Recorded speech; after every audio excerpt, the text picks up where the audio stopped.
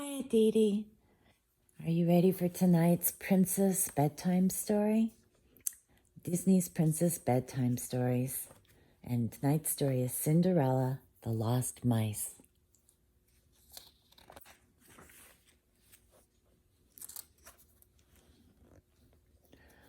One winter night, the prince led Cinderella out to the balcony.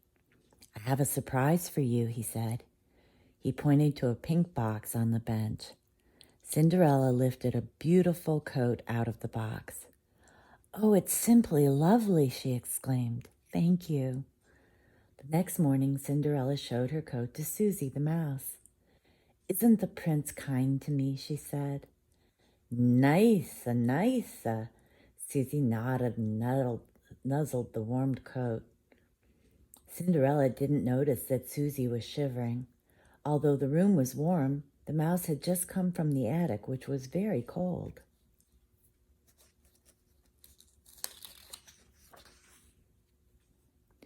Just then, Gus and Jock scampered up onto Cinderella's dressing table.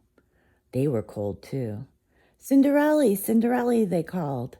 But she didn't hear them as she rushed off to meet the prince. Soon, several more mice came in. They all sat in front of the fire until their teeth stopped chattering. They hoped Cinderella would let them stay in her warm room. The new housekeeper arrived to clean the room. When she saw the mice, she shooed them away. "Mice don't belong in the castle. Now get out." The housekeeper was the reason that the mice had stayed in the cold attic the day before. They were frightened of her.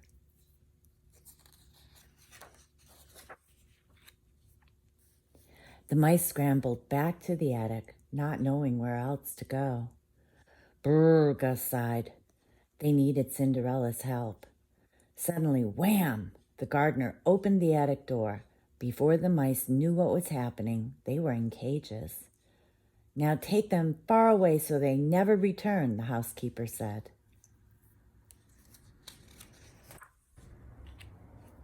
Meanwhile, Cinderella and the prince were strolling the castle grounds. "Let's go to the stables," Cinderella said suddenly. "We can say hello to the horses." "And maybe take a ride," the prince asked hopefully. "Lovely idea," Cinderella replied. Soon Cinderella and the prince were riding through the countryside near the castle. They saw the gardener in one of the fields. "Hello," shouted the prince, but the gardener didn't seem to hear.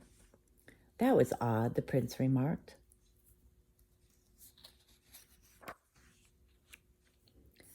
The gardener had been letting the mice go, but he was worried that it would be too cold for them outside. "Now, don't mention this to the housekeeper," he told his friends, "but I'm going to bring these poor mice to the stables." He took the mice to their new home and even fed them.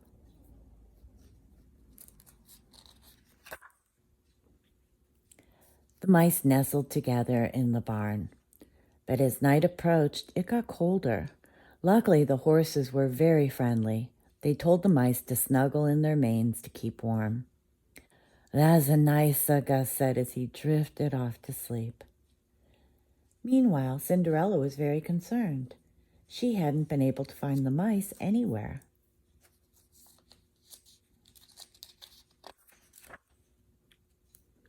Cinderella was still searching for the mice when she ran into the prince. "Why, hello," the prince said cheerfully. "Are you looking for the same person I am?" "Why, no," Cinderella said. "I'm looking for the mice." "Ah," said the prince. "I am looking for our new housekeeper. Apparently, she threw the mice out of the castle today. She thought they were dirty." "Oh, no," Cinderella cried. "They're not dirty. They'll freeze outside." "Don't worry, my dear. The mice have found a new friend." The prince told Cinderella what the gardener had done. Together, Cinderella and the prince went to the stables. They thanked the gardener, then awakened the mice. "Cinderella, Cinderella," the mice shouted happily.